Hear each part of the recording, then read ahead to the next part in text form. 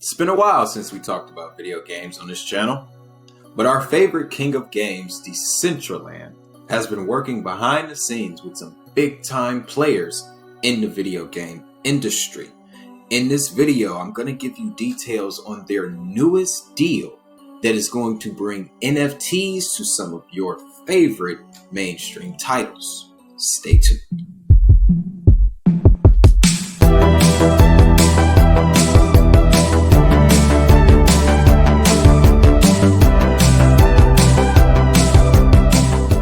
Welcome back to another episode of your Digit Hustle News. In this video, guys, we're talking Decentraland because their founder has unveiled the details of a project that will bring NFTs to big-time video games. Now, what do we mean by big time? I'm talking your major titles, okay?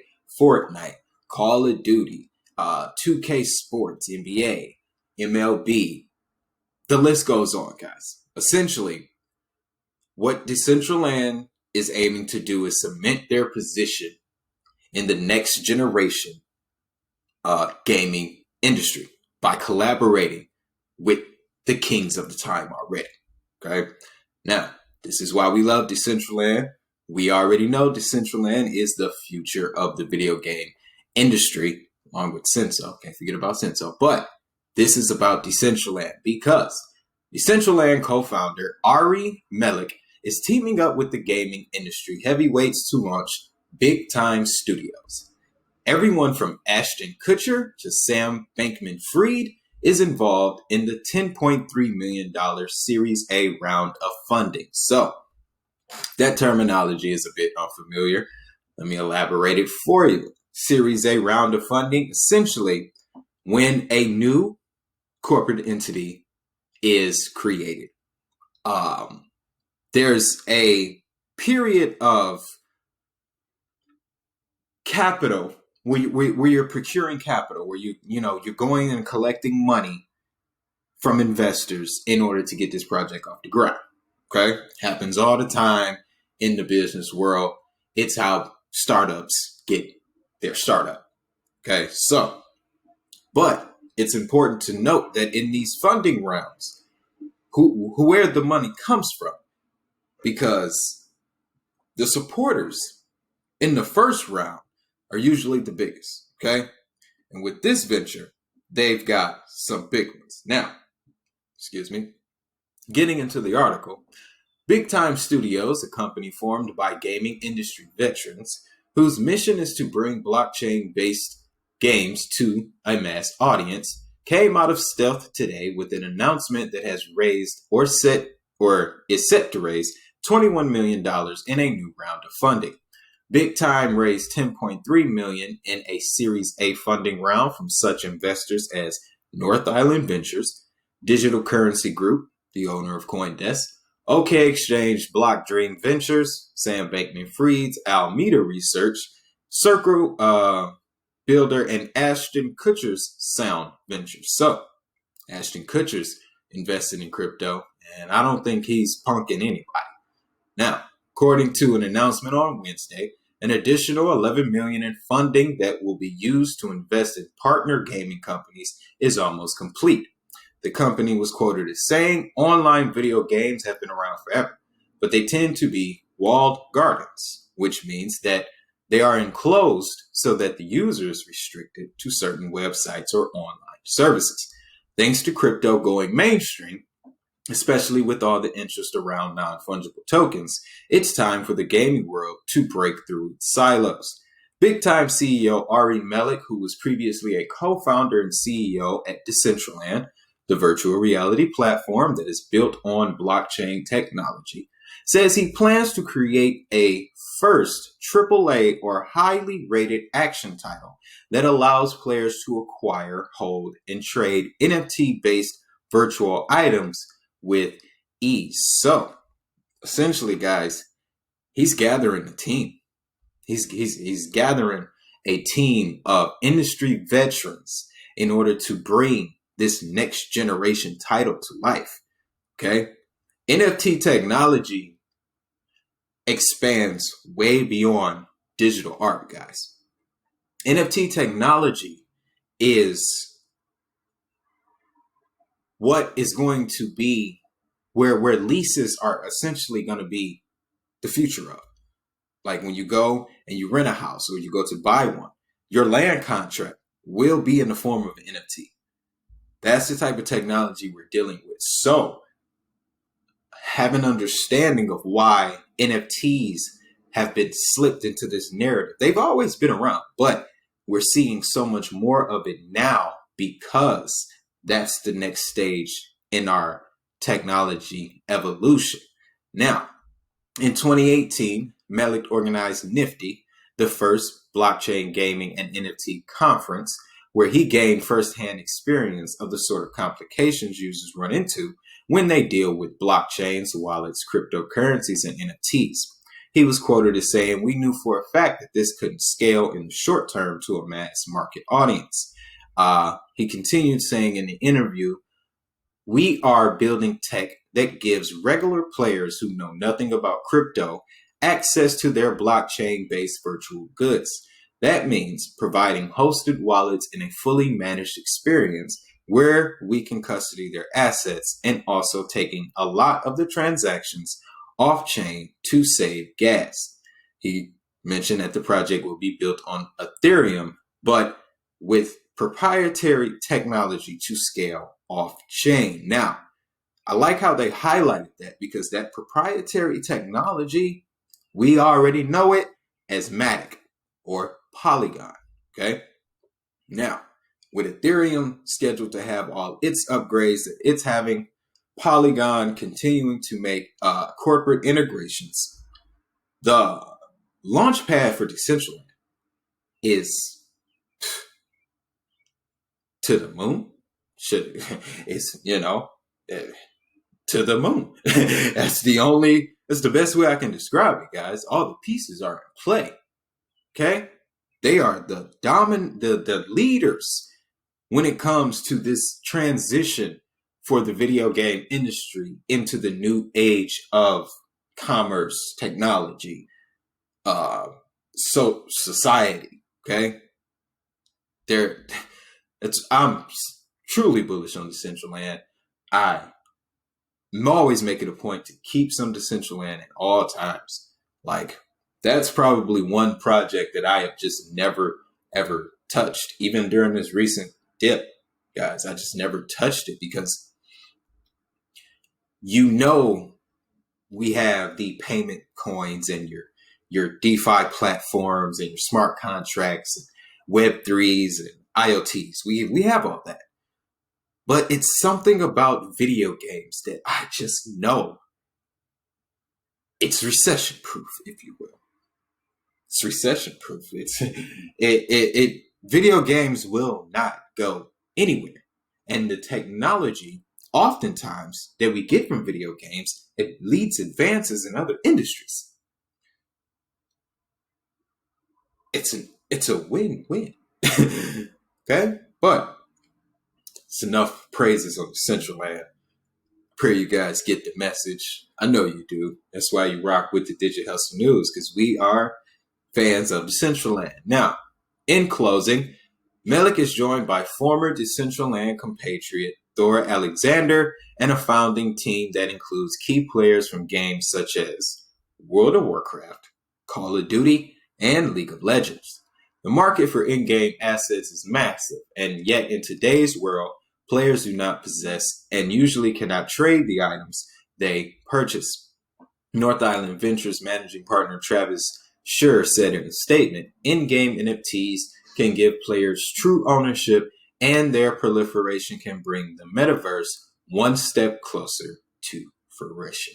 So, guys, Decentraland is taking over. The metaverse is coming. The video game industry will not be stopped. Okay? It's obvious. It's obvious. So, glad I was able to bring you some Decentraland news.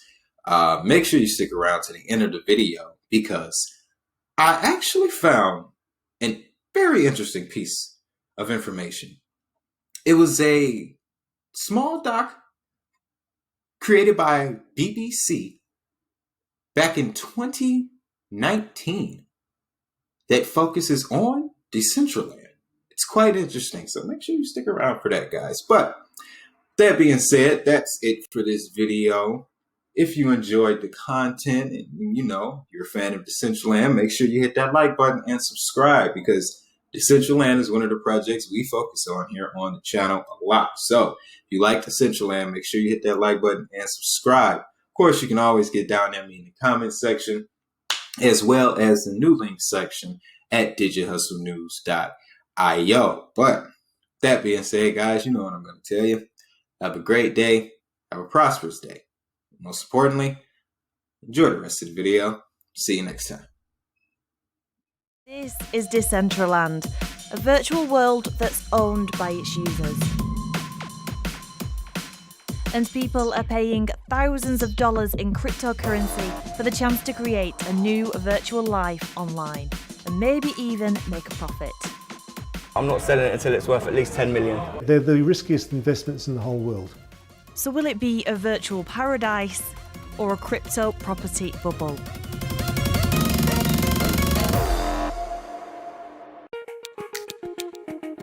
In Decentraland, users can build whatever they can imagine on plots of virtual land.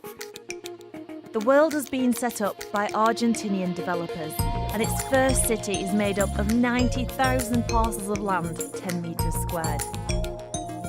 At auction, people paid more than $28 million for plots. That's over £22 million, making it the largest ever sale of virtual land.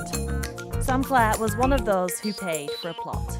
I'd watched a film about virtual reality and I liked the idea of owning virtual land. But I also wanted a platform where I can go and mess around and play about with virtual reality. Sam's plot is in the northwest of the city and cost around $900. That's just under £700. This popped up and I was like, it's near this area that a few of my friends are in. A few of my friends might actually get in. So you can all hang out in virtual reality? Basically, yeah. It'll be pretty much exactly the same as Facebook, except you'll be able to hear and see each other, be it in VR. So a bit more of a real experience. As long as we've got the internet, stick our headsets on, and you'll be able to have friends come around my house in Decentraland, or I can go to their house for a virtual cup of tea. The record price for a square of land so far is $180,000, paid for a plot near the city's central plaza where virtual visitors first arrive. That's made people who bought land early on question just how much it might be worth now. How high would the price have to get for you to sell that land? Yeah, I'm not selling it until it's worth at least 10 million. 10 million? Yeah. Whoa, someone's paid 10,000. Sam shows me plots that are being listed for resale for six-figure sums. Purchases are made in a cryptocurrency called mana. When I met Sam, one mana was just over 10 cents. This one here, for example, is 8 million mana, which is over $800,000. 800,000? That's nearly $1 million. $1 million? But it doesn't exist. It does here, and it will do in about a year, I believe.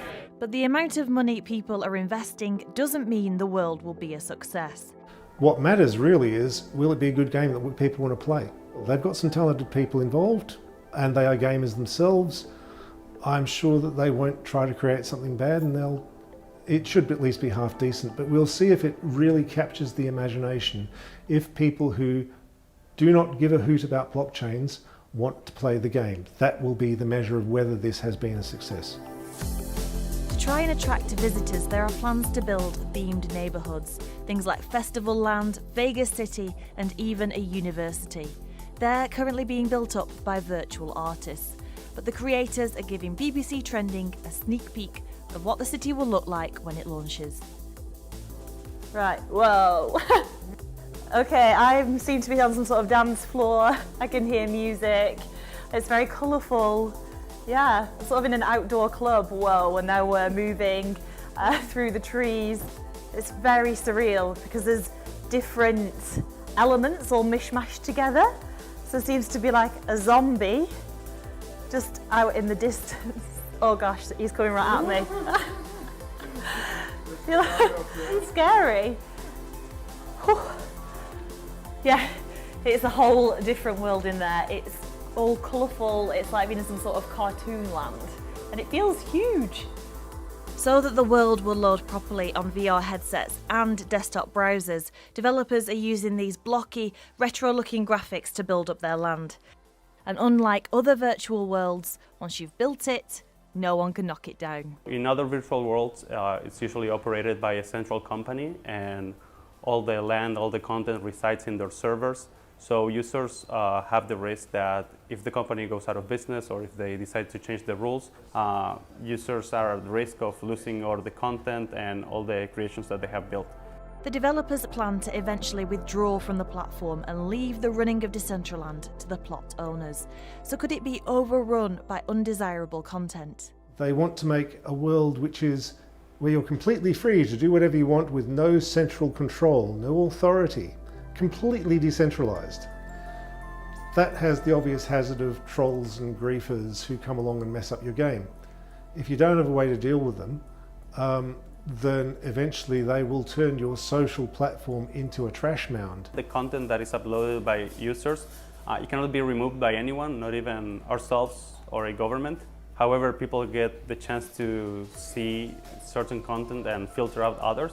So ultimately, there will be filters that will be set up by the community. The plan is for users to spend mana on goods and experiences in the world when it's all built. Right now, we've got an economy of around a couple of tens of millions of dollars, and we hope to expand that to billions at least. Sam's optimistic that there will be enough visitors for his virtual plot of land to turn a real profit.